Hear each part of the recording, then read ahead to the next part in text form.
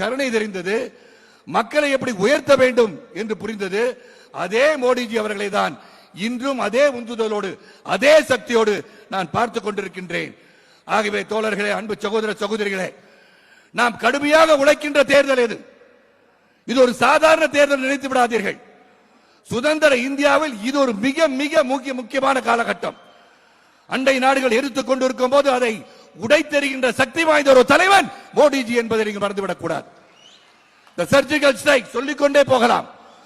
ஆக அந்த அளவிற்கு நம் நாட்டை வழிநடத்திக் கொண்டிருக்கும் மோடிஜி அவர்கள் சற்று நேரத்தில் வருவார்கள். முக்கடலும் சேர்கின்ற குமரி முனையிலே இன்று இந்த சிறப்பு கூட்டம் நடந்து கொண்டிருக்கிறது. அவர் வரும்போது உங்கள் கைத்தட்டல் எதிரிகள் கூடாரத்தை கதிகலங்க செய்ய வேண்டும். சற்று பிறகு அண்ணாமலை அவர்கள் வருவார்கள், பாத யாத்திரை நடத்துறாங்க. ஜர்னி வித் பர்பஸ் என்று சொல்ல வேண்டும்.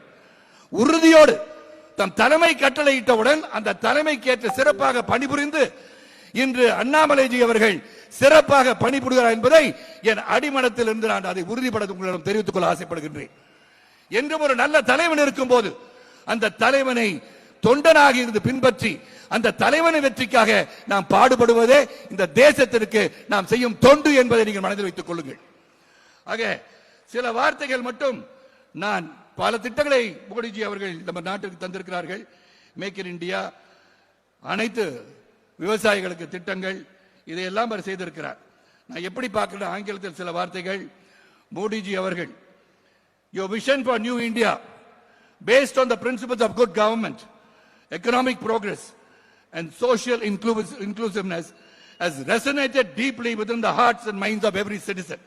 உங்களின் விடாமுயற்சி நிச்சயமாக பாரதத்தை ஒரு மிகப்பெரிய ஆளுமை சக்தியாக உருவாக்கும்.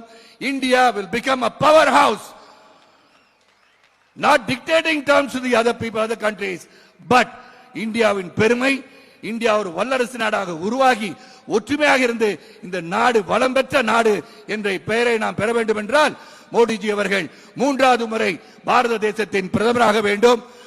பாரத தேசத்தின் பிரதமராக வேண்டும் என்றால் தாமரை அனைத்து மாநிலங்களும் மலர வேண்டும். தாமரை அனைத்து மாநிலங்களிலும் மலர வேண்டும் என்றால் இங்கு தமிழகம், பாண்டிச்சேரி உட்பட 40 நமதே என்ற இலக்கை நாம் அடைய வேண்டும் என்று கேட்டுக்கொண்டு, உங்களை தொடர்ந்து தமிழகத்தில் உலா வரும்போது, சுற்றுப்பயணம் செய்யும் போது சிறந்த கருத்துக்களை ஆழமாக எடுத்து வைத்து ஜனநாயகத்துக்கு உண்மையானதை வழிவிட்டு இரு திராவிட கட்சிகளை தமிழகத்திலிருந்து அகற்றுவதற்கு, ஊழல்களை அகற்றுவதற்கு கரம் கோர்ப்போம் என்று சொல்லி, பாரத தாயை வழங்குவோம், தமிழ் மண்ணை வழங்குவோம், தமிழக மக்கள் சிறப்பாக இருக்க, தமிழ் மண் சிறப்பாக இருக்க, அனைத்து மாநிலத்தின் மக்கள் சிறப்பாக, தேசத்தின் மக்கள் சிறப்பாக